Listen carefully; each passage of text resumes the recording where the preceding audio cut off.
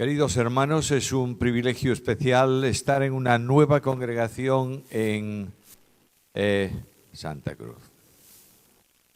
Estamos visitando tantos lugares que ya se escapan hasta los nombres de la cabeza, pero es una bendición grande ver que Dios tiene su pueblo en todos los lugares y que ese pueblo puede llamarse de una forma o de otra, puede tener un culto de una manera o de otra manera, pero es el pueblo de Dios y es la única iglesia de Cristo en la tierra.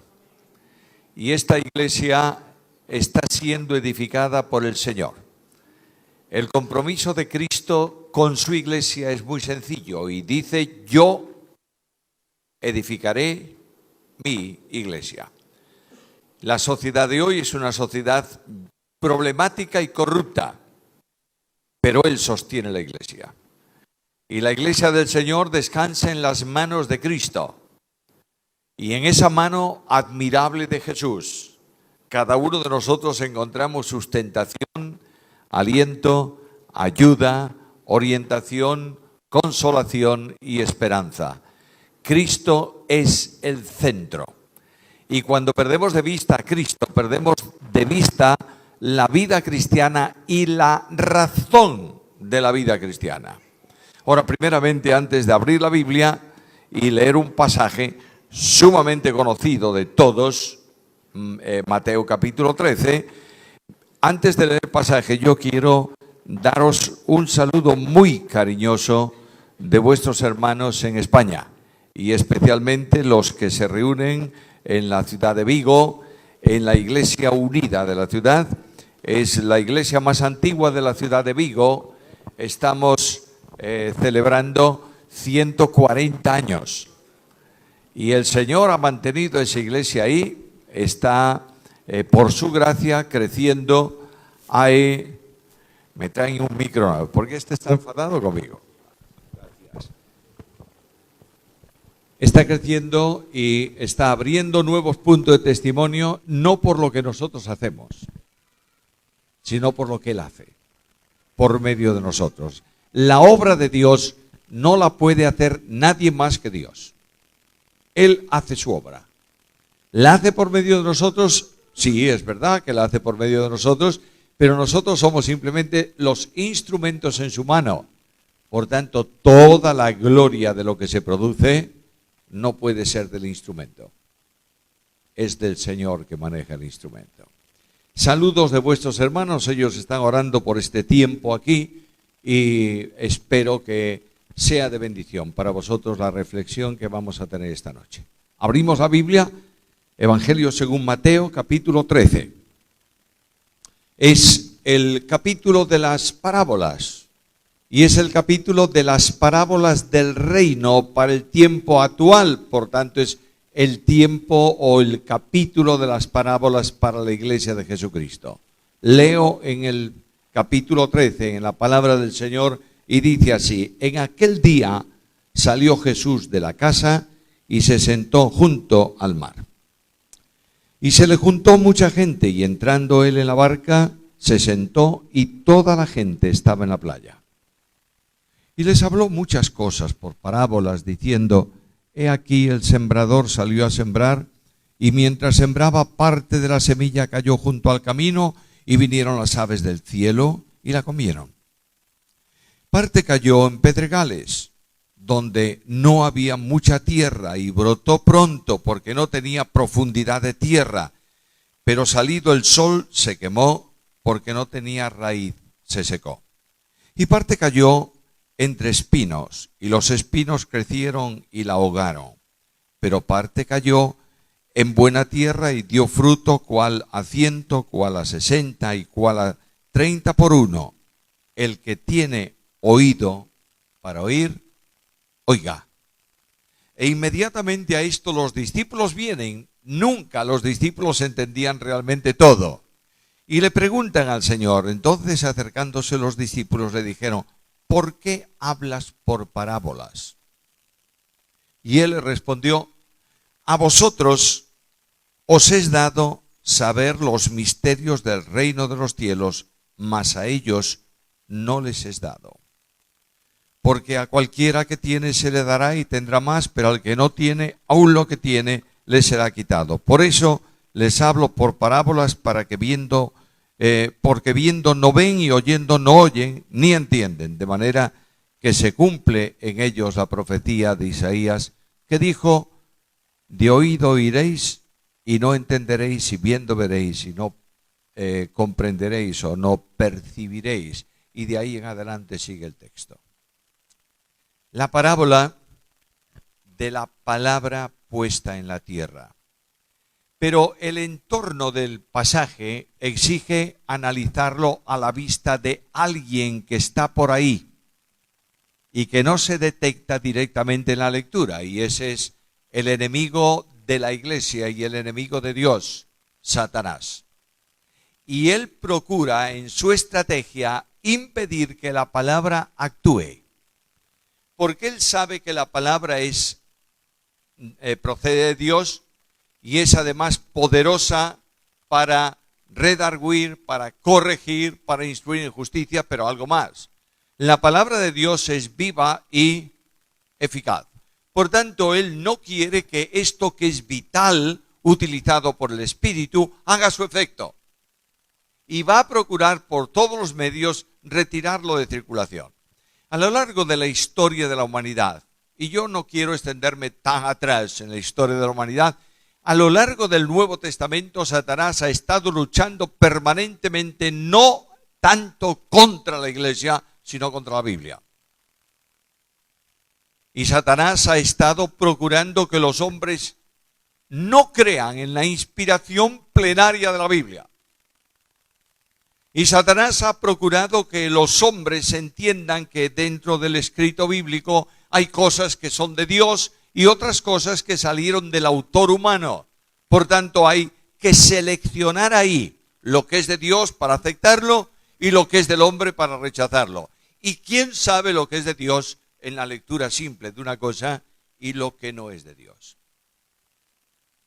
Toda la escritura es inspirada por Dios. ¿Lo crees? Cuando tú vas y hablas de esto, estudias este tema tan interesante sobre la inspiración de la Biblia, el Nuevo Testamento contesta a dos preguntas sobre la inspiración. La primera pregunta es esta: ¿cómo se escribió la Biblia? Eso está en la mente del apóstol Pedro. Cuando Pedro dice: porque ninguna escritura es traída o ha venido por voluntad humana, sino que los santos hombres de Dios hablaron siendo inspirados por el Espíritu Santo. Ese verbo griego inspirar está muy bien traducido, no tenemos otro, pero es un verbo que tiene que ver con constreñir, con empujar. De manera que lo que dice el apóstol Pedro es: la Biblia vino a nosotros porque Dios seleccionó al autor humano y lo empujó, lo constriñó, lo orientó para que escribiese su palabra. Esto requiere indudablemente un estudio largo y amplio, pero de forma muy simple lo encuentras si consideras la profecía de Jeremías. Cuando tú lees los capítulos primeros de la profecía de Jeremías, lees estas palabras: palabra de Jehová que vino a Jeremías. Por tanto, el discurso, el mensaje que va a dar Jeremías no fue una idea de Jeremías. Es una palabra que vino de parte de Dios. Pero anteriormente a esto, la Biblia dice que Dios escogió a Jeremías para darlo por profeta a las naciones. ¿Desde cuándo? Desde el vientre de su madre, desde antes del nacimiento. Por tanto, el Dios soberano que da el mensaje escoge a la persona que lo va a comunicar. Y lo hace en soberanía, porque Dios es soberano. ¿Creéis en la soberanía de Dios? ¿Predicáis sobre la soberanía de Dios? Hay un discurso sobre la soberanía de Dios muy interesante, extraordinario, de un gran evangelista que fue Spurgeon. Y él predicó un día sobre la soberanía. Y comenzó diciendo de esta manera: el hombre puede permitir que Dios entre en el almacén de su misericordia y dé dones a los hombres, y decimos, ¿qué Dios tan grande tenemos? Le puede permitir que entre en el cuarto de sus delicias y que otorgue aliento, y decimos, ¿qué Dios bondadoso tenemos? Pero cuando el Dios de la Biblia se sienta en el trono y dice, yo soy el soberano, los hombres rechinan sus dientes y dicen, ¿por qué razón es soberano? Dios es soberano. Nadie le dijo nada para que crease el cielo y la tierra. Nadie estaba con él para sugerirle nada. ¿Por qué creó Dios todo? Porque es soberano. Y pasa el tiempo y estudiamos el plan de salvación. Y la Biblia nos dice que el plan de salvación surgió de la mente de Dios antes de la creación del cielo y de la tierra. Luego, lo primero que surgió de la exteriorización trinitaria de Dios. Cuando Dios sale de sí mismo y sale al exterior, se manifiesta porque crea. Si no, no hubiéramos descubierto nunca a Dios. Él vive en sí mismo. Pero en esa exteriorización, Dios trino y uno asume específicamente la salvación del hombre. Y transcurre el tiempo. Y Gálatas 4:4 me dice que cuando vino el cumplimiento del tiempo, Dios envió a su Hijo, nacido de mujer, nacido bajo la ley, para que redimiese a los que estábamos bajo la ley, a fin de que recibiésemos la adopción de hijos. ¿Quién lo envió? Dios. ¿Por qué? Porque es soberano. Y ese Hijo de Dios, nuestro Señor y Salvador, segunda persona de la deidad, se hace hombre. Escucha Juan, capítulo 1, versículo 1. En el principio era el Verbo, y el Verbo era con Dios, y el Verbo era Dios. Y ahora ya entró Juan en la dinámica del Evangelio. El Evangelio procede de Dios y el Salvador es Dios. Bien, pero llegas al versículo 14 del capítulo 1, ¿y qué lees? Y aquel Verbo fue hecho carne y habitó entre nosotros, y vimos su gloria como del unigénito del Padre, lleno de gracia y de verdad. El Verbo eterno de Dios se hace hombre. Aquel que es infinito en esencia, en dignidad, en gloria, aquel que es supremo, aquel que es inconcebible para la mente del hombre, porque el infinito no puede entrar en lo limitado, aquel que es sobre todas las cosas, nace como un niño en el portal de Belén. La humanidad de la segunda persona divina se produce por la admirable obra de Dios el Espíritu Santo. Pero es de la mujer, de una mujer, de donde toma la sustancia para la naturaleza humana del Verbo de Dios. ¿Puedes entender esto? No. Yo tampoco. ¿Cómo puede el hombre comprender un contraste tan grande? El infinito se hace un hombre del tiempo y del espacio, ¿lo entiendes? No. Aquel que es el consolador de los afligidos entra en agonía en Getsemaní. El que sustenta el universo y alimenta seres y hombres necesita comer durante su ministerio. Aquel que es felicidad absoluta llora delante de la tumba de Lázaro. Y este contraste es impresionante al extremo de que yo me pregunto cómo es posible que el Hijo de Dios ponga su vida en su naturaleza humana en la cruz. Y alguien me dice, luego Dios muere. Bueno, no muere Dios, pero quien muere es Dios. ¿Me está siguiendo? Porque es justamente en su naturaleza humana que Él puede dar el valor infinito para redimir no a uno, sino a todos los que creen. ¿Entiendes bien esto? Es esa la razón por la que la obra redentora y sustitutora de Cristo tiene valor infinito, porque es la vida humana de la segunda persona divina la que se pone en la cruz. ¿Y por qué lo hace? Porque Dios es soberano. Y los hombres son llamados a salvación por el Padre.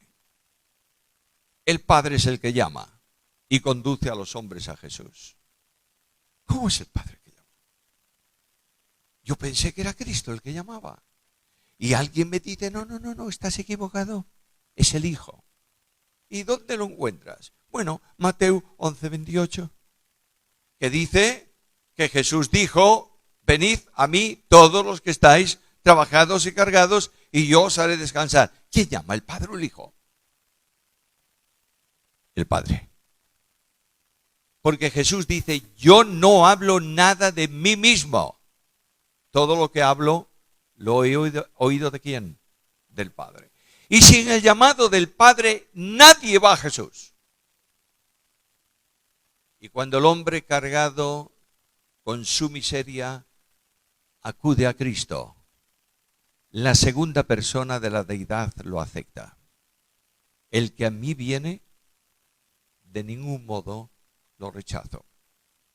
Y puede ser un perdido, corrupto, o puede ser un hombre o una mujer moralmente o socialmente intachable. No importa qué, todo aquel que va a Jesús es recibido por Él. Y es recibido por Él, ¿por qué? Porque en soberanía determinó salvar al pecador. ¿Entiendes esto? Y alguien dice, bueno, ¿y qué más? ¿Y qué pasa con el Espíritu Santo de Dios? Muy fácil. Nos ha sellado dándonos las arras de la herencia para la redención de la posesión adquirida para la alabanza de su gloria. Por tanto, en soberanía llama, en soberanía salva, en soberanía santifica y une, vincula al Salvador para que nadie de los que creen se pierda nunca. ¿Por qué lo hace? Porque Dios es soberano. Satanás no quiere que en la cabeza del hombre entre el concepto de soberanía de Dios. De manera que a lo largo del tiempo la filosofía humana fue evolucionando. Y tendríamos que recorrernos todos los filósofos griegos y romanos y tal. No. Algo muy simple. Solamente 80 años atrás, después de la Guerra Mundial, surge un pensamiento del poscristianismo. ¿Lo oísteis algunos alguna vez, verdad? ¿Qué es eso de poscristianismo? El cristianismo no tiene razón de ser porque no tiene aliento ni esperanza por el mundo. Sustituyámoslo. Bueno, pero es que el hombre es un animal religioso. Y le sacamos el cristianismo, está muy bien, pero hay que darle algo. Porque él busca siempre, a lo largo de la historia, ha buscado siempre alguien en quien creer o por lo menos con quien relacionarse. Y vino esa enorme manifestación filosófico-religiosa que se llamaba Nueva Era. ¿Oísteis de Nueva Era? Bien. Y eso fue como el viento del verano. Pasó. Y comienza a manifestarse lo que se ha llamado pensamiento relativista. Y el pensamiento relativista es que nada hay absoluto. Todo es relativo. Bueno, eso no tiene ninguna importancia. Eso trae como consecuencia una forma de trato en la sociedad que es la concesión o la atención de las cosas. Es decir, tú tienes el mismo derecho que yo a pensar así y tu propuesta es válida. Y eso permite una convivencia entre personas que no piensan lo mismo. Bueno, no podía quedar eso ahí. Tenía que avanzar un poco más. Y en el año 1948, en una conferencia de las Naciones Unidas, un político francés dijo que ya no es posible vivir de esa manera, que tenemos que ir a una reflexión de una dimensión tal que cuando yo rechace lo que tú propones, no soy ya simplemente un intransigente, soy un delincuente, porque tú tienes el mismo derecho que yo, y comienza esta nueva experiencia que degenera hoy en los movimientos llamados igualitarios. Viene de ahí. Y esto viene generando enormes problemas y gravísimas tensiones en todo el mundo, especialmente en el mundo occidental, americano y europeo, en donde cualquiera puede convivir con cualquiera, y a eso se le llama matrimonio. Satanás está luchando contra la Biblia. De manera que cuando la Biblia dice blanco, ¿qué dice Satanás? Negro. Ahora nos sonreímos y decimos, pobrecitos, déjalos, están allá afuera, déjalos. Un ejemplo de esto, y voy al texto bíblico, que es lo que nos interesa. En España, las iglesias evangélicas son juzgados de paz. Es decir, un pastor evangélico puede casar a un matrimonio, a una pareja, legalmente, y esa firma del pastor y tal, y la inscripción en el libro de matrimonios de la iglesia, trae como consecuencia la legalización oficial de ese matrimonio. Resulta que viene juntamente con esta buena cosa, viene la ley de matrimonios homosexuales. Y dijimos, ¿qué problema vamos a tener? Porque imagínate que un día va Juan y Luis al registro y dice, queremos casarnos. Ah, muy bien, muy bien. Documentos. ¿Y dónde quieren casarse ustedes? Matrimonio religioso. ¿De qué confesión? Evangélica. ¿Y qué iglesia? Iglesia Unida. Muy bien. Y te llega a la iglesia el expediente matrimonial de José y de Luis. Y tú abres ese expediente y dices, yo no caso a estos. Y José y Luis se van al juez. Le dice, mire, no me quieren casar. Y el juez te llama y te pregunta, ¿y por qué no le casa a usted? Respuesta, porque son homosexuales. Y nosotros no casamos homosexuales. Y el juez te diría, le voy a retirar a usted las credenciales de pastor y lo voy a procesar por luchar contra las leyes. ¿Y cómo lo arreglas? Bueno, de una forma fácil, Dios iluminó. Y pasamos las iglesias evangélicas una nota a juzgados y ministerio, diciendo que en el derecho que nos asiste de reserva de aceptación de miembros, los oficios de bodas, bautismos y presentación de niños solo se hacen con miembros de la iglesia, registrados en el registro de miembros. Entonces viene una pareja para casarse y va al juzgado y dice, queremos matrimonio evangélico, iglesia evangélica, y el secretario le dice, tráigame un certificado de membresía de la iglesia. Bueno, nos hemos salvado, ¿verdad? Vendrá otra cosa. Pero lo que sí sé es que hubo una orden ministerial diciendo que el libro de registros de matrimonio había que cancelarlo por uno nuevo. ¿Y en qué consiste el cambio? En que ya no existe marido y mujer. Existe cónyuge A y cónyuge B. Y el libro de registro de nacimiento de niños o de adopción ya no tiene padre y madre, tiene progenitor A y progenitor B. Hermanos queridos, mis queridos hermanos, tomemos esto con mucha seriedad. La iglesia fundamental bíblica La iglesia que descansa en la palabra, que predica la palabra, que cree la palabra y que vive la palabra, va a pasar por un problema muy serio en el mundo de hoy. Y Jesús dice: lo que hicieron conmigo, lo harán con vosotros. Y Jesús dice: en el mundo tendréis aflicción, pero confiad, yo he vencido al mundo. Ahora, creemos que la Biblia es inerrante porque es palabra de Dios, autoritativa porque es palabra de Dios. Este maravilloso libro, este maravilloso conjunto de libros fue escrito a lo largo de 1400 años aproximadamente por unos 38, 37, números redondos, 40 autores, no importa tanto el número. A lo largo de ese tiempo, los autores que escriben en la Biblia, escogidos por Dios, a quienes Dios revela el mensaje que tienen que dar y les manda a escribirlo, estos autores son de distintos niveles sociales.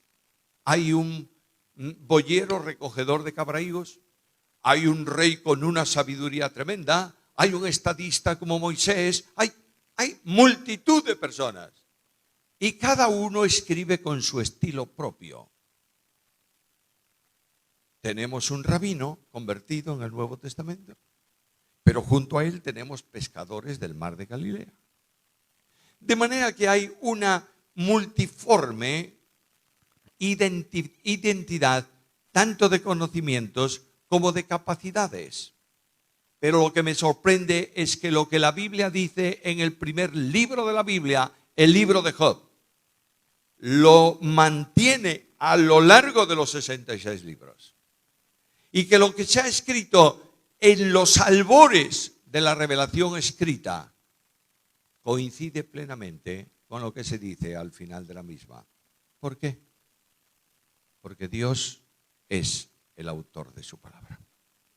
Y porque Dios dice: yo la he dado y la cumpliré, yo lo haré. Por eso la profecía no se altera y no puede cambiarse.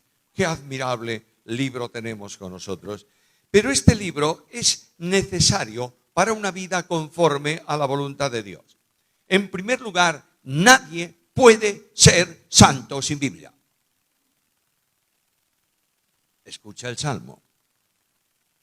¿Con qué limpiará el joven su camino? Con guardar su palabra. No consiste en normativa ética de los hombres. No consiste en énfasis religioso. Dios no tiene ética humana para cambiar al hombre, tiene su palabra. Y esta palabra hace reflexionar.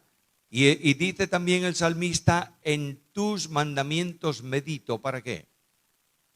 Para no pecar contra ti. Es verdad que la santificación del creyente se hace en Cristo, por identificación con Cristo. Es verdad que la santificación se produce por la acción omnipotente del Espíritu Santo. Tú no puedes ser santo conforme a Dios por tu esfuerzo, no lo intentes siquiera. Yo me propongo, voy a hacerlo. No lo hagas. El apóstol Pablo en Romanos 7 tiene un discurso estupendo. Ahora yo ya sé que tengo que amar a Dios, que tengo, y quiero. Y al final, ¿qué dice Pablo? Miserable de mí, ¿quién me librará de este cuerpo de muerte? Naturalmente, tú quieres, pero no puedes alcanzar la cota de santidad que Dios demanda. Solamente viviendo a Cristo puede ser santo. La vida cristiana es vivir a Jesús. El apóstol Pablo lo dice con toda claridad en Gálatas 2:20. Con Cristo estoy juntamente crucificado y ya no vivo, mas vive. Y ahora escucha. Y lo que ahora vivo en la carne, es decir, en el día a día, lo vivo en la fe del Hijo de Dios. No dice creyendo en el Hijo, sino en la dinámica que mantenía a Cristo en relación con el Padre. Yo hago todo lo que a Él le agrada. Esa dinámica de vida que Cristo manifestó en relación con su Padre, lo manifiesta el creyente en relación con Cristo. Y esa dinámica de fe en la vida cristiana funciona y actúa. La fe no es creer lo que no vimos. La fe es dependencia absoluta de Dios. Y cuando tú vives una vida de fe, sabes que puedes pedir a Dios lo imposible para el hombre. ¿Lo entiendes? Satanás no quiere que esto se produzca. De modo que el Hijo de Dios, cuando viene al mundo, dice el evangelista Mateo, que fue llevado por el Espíritu al desierto. ¿Para qué? Para ser tentado del diablo. Y algunas veces pensamos que el diablo, y nos imaginamos Jesús al desierto y el diablo corriendo detrás de Jesús para tentar a Jesús. El diablo no tenía el más mínimo deseo de tentar a Cristo, porque sabía lo que iba a pasar. Dios le lleva al desierto para decirle, ahí está el hombre perfecto. Demuestra que tienes poder sobre él. Y comienza la tentación. Y en medio de toda esa tentación, Satanás busca entrar y generar un problema en la humanidad de Cristo. Y Cristo vence a Satanás. Y Satanás se va de Cristo. Y durante un tiempo se aparta de él. ¿Qué fue lo que venció a Satanás? Bueno, indudablemente la autoridad de Jesús. Vete, se fue. Es Dios. Pero lo que venció a Satanás fue la palabra. Porque escrito está.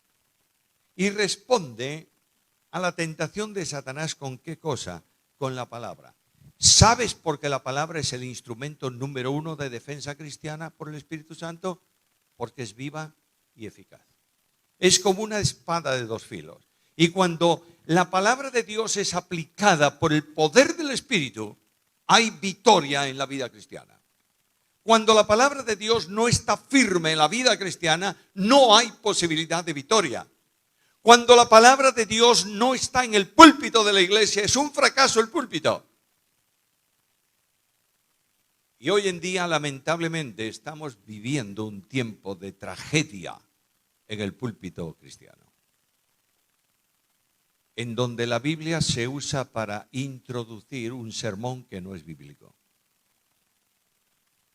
¿Sabéis cómo se llaman esos sermones hoy en día?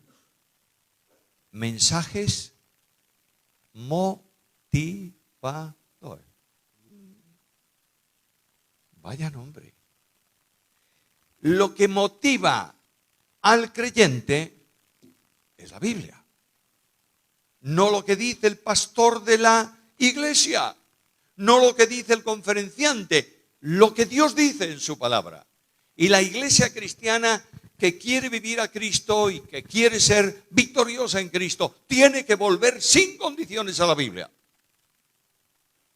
No para apoyar su dogma sobre la Biblia, sino todo lo contrario, para que la Biblia sustente la forma que corresponde a la fe. Ahora Satanás viene y la parábola tiene que ver con esto. Es astuto. Y en Génesis 3 yo leo estas palabras, en 3:1, empero la serpiente era astuta más que todos los animales del campo. Bueno, todo lo que hay ahí es una tremenda dimensión simbológica de cosas que tienen que ver con una revelación comprensible al hombre de asuntos de dimensión divina. De manera que viene, es astuto, y viene para decirle a Eva algo. Dios os ha dicho. ¿Por dónde entra él? Por la palabra. Dios os ha dicho.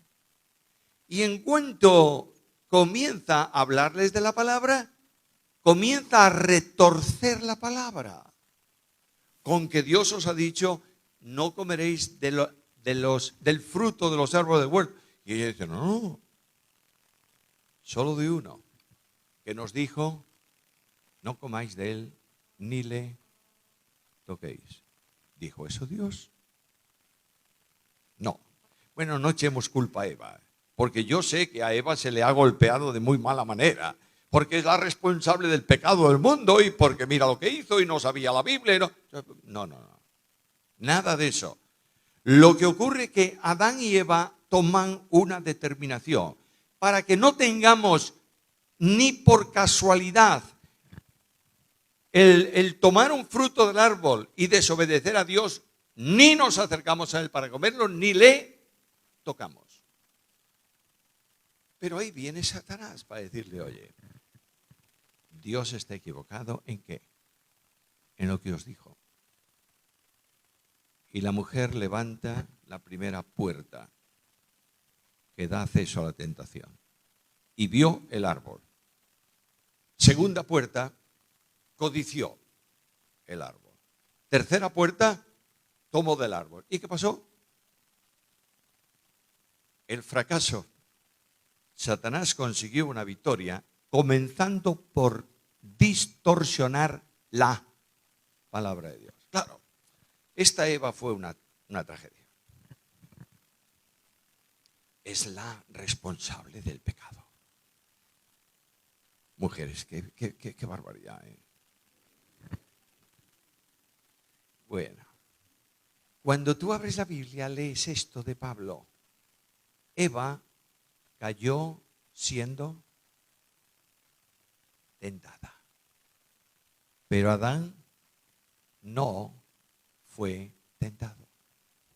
Luego el responsable number one es el hombre y no la mujer. Bueno, mientras las mujeres se dejen avasallar, bueno, tranquilos ahí. Pero lo que sí yo tengo muy claro es que Satanás consigue una victoria cuando la persona, el creyente, se aleja ¿de qué? De la palabra. Ahora vienes al libro, a la parábola de Mateo, y encuentras algo muy importante. Procurará Satanás apartar la mente y el corazón de las personas de la palabra de Dios. Mira, por favor, el versículo 23, porque en el versículo 23 Cristo está explicando la parábola. Y dice, el que fue sembrado en buena tierra, este es el que oye y entiende ¿qué? La palabra. Y da fruto. Y produce a 100, a 60 y a 30. Es el que entiende la palabra. Lo que está procurando Satanás es que la palabra no sea entendida. Y naturalmente viene y dice, eso es muy difícil, muy complicado. Vamos a algo sencillito. Vamos a predicar y a leer y a reflexionar sobre las parábolas. Eso sí, son muy lindas. Y vamos a estudiar algo de la historia antigua. También es muy hermoso. Y vamos, pero cuando vienes a la demanda directa de un estudio a fondo sobre la vida cristiana en el poder del Espíritu, eso tiene mucho problema y mejor es que lo estudien los que conocen bien la Biblia y no nosotros. Hermanos, yo quiero ser muy claro, enormemente claro. Yo no conozco la iglesia y pido al Señor bendición sobre vosotros. Pero hay iglesias que no han escuchado nunca la exposición sistemática del libro de Levítico. ¿Es verdad o no? Si tú no conoces Levítico, nunca entenderás Hebreos. Hay personas que no han escuchado nunca una exposición sobre los profetas menores. Y de pronto el predicador dice, Malaquías 2:4. Y él le pega al de al lado, le dice, ¿qué dijo? Malaquías. ¿Y dónde está eso? Índice de la Biblia. Nunca ha leído o ha estudiado Malaquías. Y Sofonías. Parecen enfermedades en vez de libros. Y naturalmente esto es lo que está ocurriendo. Cada vez vamos reduciendo el entorno textual de la Biblia y enseñamos evangelios y algo de las epístolas y empezamos en Romanos, que es la gran epístola de la justificación por la fe, y predicamos Romanos hasta el capítulo 9 y saltamos hasta el capítulo 12. Porque ahí en el 10 y en el 11 hay ciertos problemas. Y Efesios lo empezamos por el 4, que habla precisamente de vida cristiana y de matrimonio y de niños buenos y de padres afectuosos. Y el resto, bueno, es muy difícil, eso es muy pesado. Toda la escritura es inspirada por Dios, ¿lo crees o no? Predícala. Lo conocí personalmente. Un hombre, el doctor Criswell, en Estados Unidos. Este hombre fue llamado al pastorado de una de las iglesias número 1. Una iglesia número 1 necesita un pastor número 1 y es muy difícil. Entonces hay dos opciones, como no están muy a disposición. En alguna ocasión vamos a robar el número 1 a otra iglesia. Bueno, estas son cosas que pasan. Pero esta iglesia se le murió el pastor. Fíjate, también el pastor número 1 muere. ¿Qué cosa? Se murió y la iglesia se quedó sin pastor.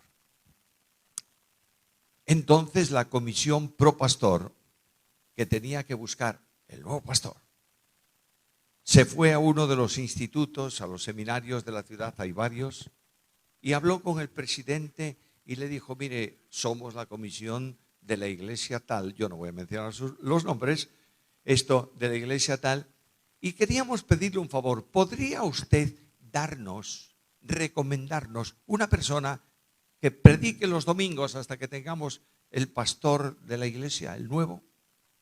Y él dijo: bueno, te voy a dar uno. Y le mandó a un hombre joven, profesor, y este hombre subió al púlpito de la primera iglesia de esa ciudad y abrió la Biblia y dijo: hermanos, Génesis capítulo 1, y leyó Génesis 1, predicó el capítulo 1, bajó, se fue. La gente de la iglesia y la comisión pro pastor dijo: qué raro. Segundo domingo viene, sube al púlpito, Génesis capítulo 2. Y ya miraron con ojos de asombro. Tercer domingo, Génesis capítulo 3. Y ya cuando bajó del púlpito lo llamaron y le dijeron: mire, si usted quiere seguir predicando aquí durante un tiempo, tiene que cambiar de forma. Nosotros queremos oír temas sociales. Queremos oír actualidad. Eso está bien para un instituto, no para el púlpito. Criswell llegó el cuarto domingo y subió al púlpito y dijo Génesis capítulo 4. Y me ha dicho la comisión pro pastor que si sigo así no voy a poder seguir predicando, pero lo único que yo sé hacer es predicar la Biblia, y si ustedes no quieren que predique la Biblia, el domingo no vengo. Nadie le dijo nada. Quinto domingo, Génesis capítulo 5.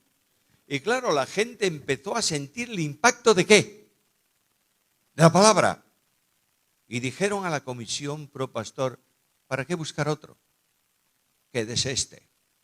15 años después, predicó Apocalipsis capítulo 22. Y cuando terminó Apocalipsis 22, aquel domingo, ¿sabéis qué dijo? Próximo domingo, Génesis capítulo 1.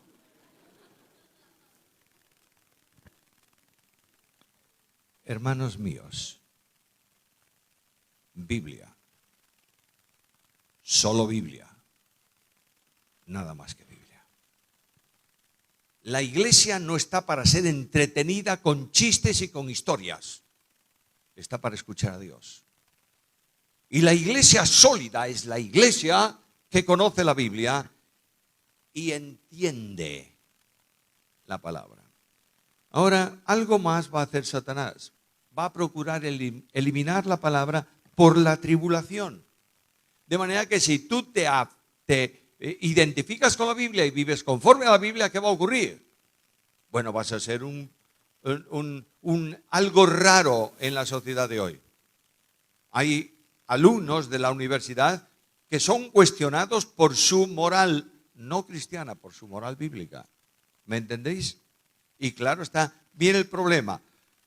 Cuando tú quieres vivir una vida conforme a la Biblia, quieres pastorear la iglesia conforme a la Biblia, quieres predicar la palabra según te manda la Biblia, prepárate porque vas a tener problemas. Y Satanás quiere que con esta situación la gente se aleje de la Biblia. ¿Algo más? Claro. Dice que ahí en el versículo 7, mira lo que dice, capítulo 13, versículo 7, y parte cayó entre espinos. Y esa semilla que cayó entre espinos, los espinos crecen y ¿qué hicieron? Ahogaron la semilla y no dio fruto. En ocasiones, los afanes de la vida, las cuestiones generales, el trabajo, las prioridades, los estudios, la familia, etcétera, etcétera, superan en valor para el creyente la palabra de Dios. Y esas cosas van ahogando la palabra. Pero hay algo más. Es muy astuto y ha conseguido pervertir lo que es la actividad del culto. Y ha hecho que la alabanza sea lo más importante de la reunión de creyentes. De manera que si hay que rebajar o cortar o limitar algo en el culto, ¿qué vamos a hacer? Decirle al predicador en vez de 40 minutos, por favor 30. Pero no puedo limitar la alabanza porque es una actividad importante y se van a enfadar los músicos. Que se enfaden.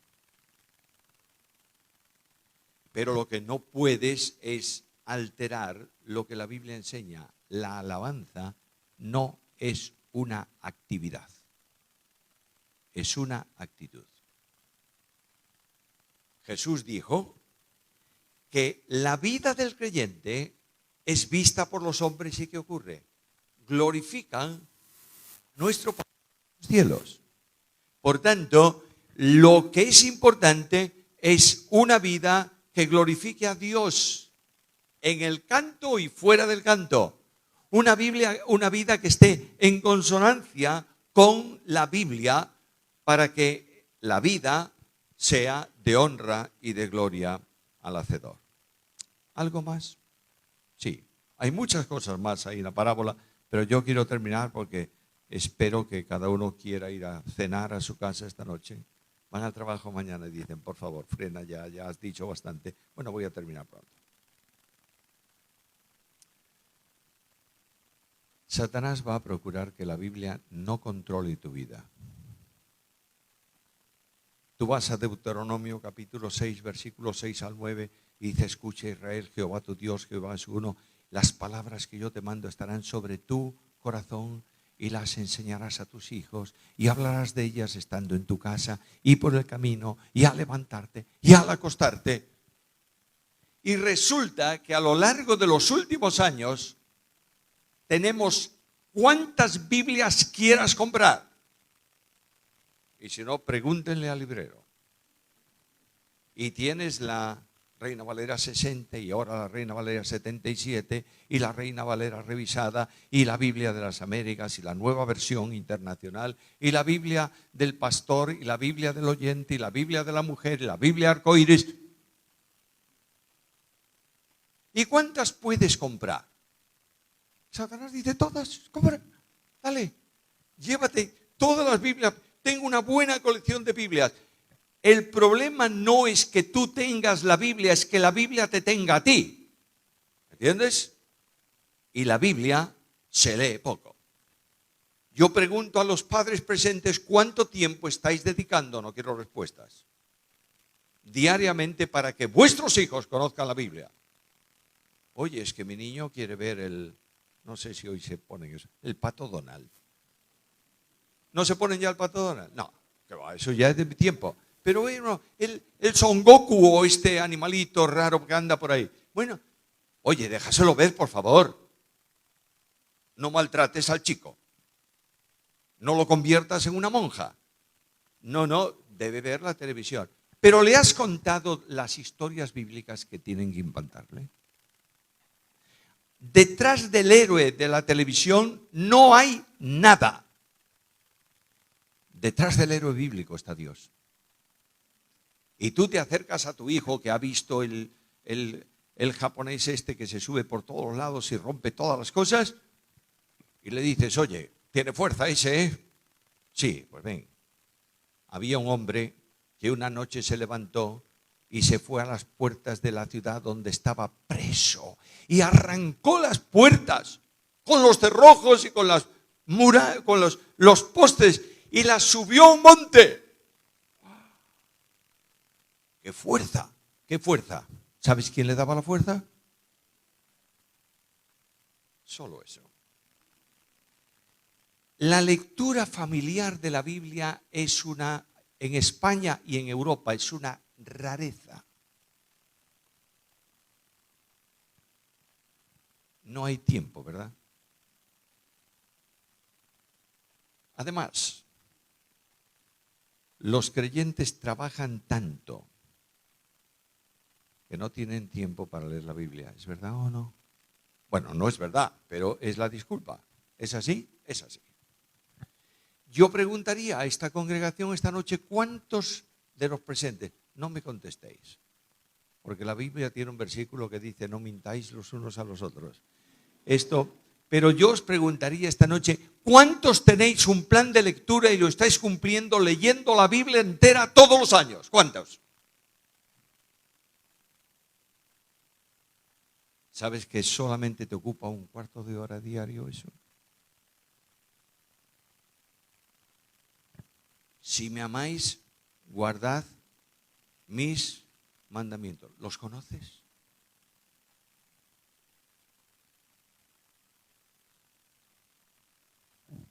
Satanás procura que no se enseñen correctamente las doctrinas fundamentales. Satanás ha introducido el humanismo en la teología evangélica. Y Satanás está diciendo que Dios hizo parte, prácticamente toda la obra redentora, pero tú tienes que hacer otra parte. Dios salva Él solo. Y lo que Dios pide es que tú rindas tu vida al Salvador. ¿Se predica este evangelio hoy? Se habla directamente a la gente de que el que no cree en Cristo no verá la vida y su destino es la muerte eterna y el infierno. ¿Se habla de infierno hoy? Estamos con un evangelio light. ¿Sabe lo que es un evangelio light? Coca-Cola light. Es peor que la Coca-Cola, de verdad. Le ponen light y es... Bueno, así el evangelio. El evangelio que tenemos que predicar es el evangelio bíblico. Y Pablo le llama la doctrina de la cruz. Yo no llamo al auditorio de mi iglesia el domingo para decirle, mira, te voy a decir lo que hace falta para ser salvo. Reconoce que eres pecador, que Cristo murió por los pecadores, levanta tu mano para decirle que le has recibido y ya está, vete para casa. Eso son tonterías. Yo tengo que enfrentar al oyente con la Biblia y esperar que el Espíritu Santo de Dios toque esa vida y sienta rugir el fuego del infierno debajo de él y clame por salvación y venga a Cristo. Así tenemos un montón de convencidos, pero muy pocos convertidos. Y la iglesia aumenta en número, pero no en fieles. Y es necesario retomar esa cuestión. Última cosa. Satanás procura que se interprete la Biblia subjetivamente. Y ha hecho surgir apóstoles y arcángeles y no sé cuántas cosas más. Y el apóstol predica de esta manera. Dios me ha revelado hoy. Me ha hablado esta noche, escuchen lo que dijo Dios. ¿Está en la Biblia o no? No hay revelación ninguna fuera de la Biblia. Y si no hay autoridad bíblica, no hay revelación. Y la Biblia es muy clara, por favor. Esos aparatosos milagros, esa gente cayendo al suelo y revolviéndose en el suelo, hay que preguntarse de dónde viene. Cuando Cristo sopló y dijo, recibid el Espíritu Santo, ¿cuántos cayeron?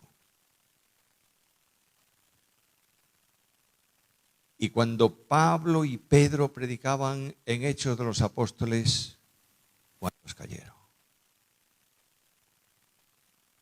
Pero leo en el Evangelio cientos de personas que caían cuando eran liberados de Satanás. ¿Entendéis la cuestión? Hermanos míos amados, yo quiero llamar vuestra atención a una determinación personal hoy. Y termino. Dios te está llamando a recuperar la Biblia, a vivir conforme a la Biblia. A que esta noche ahí donde tú estás digas al Señor en el fondo de tu alma, Señor, adquiero hoy con el poder de tu Espíritu el compromiso de vivir para tu gloria. Necesitamos un cambio de rumbo. Satanás lucha contra la Biblia. En tus manos está lo que debes hacer en relación con la Biblia. Que Dios añada su bendición.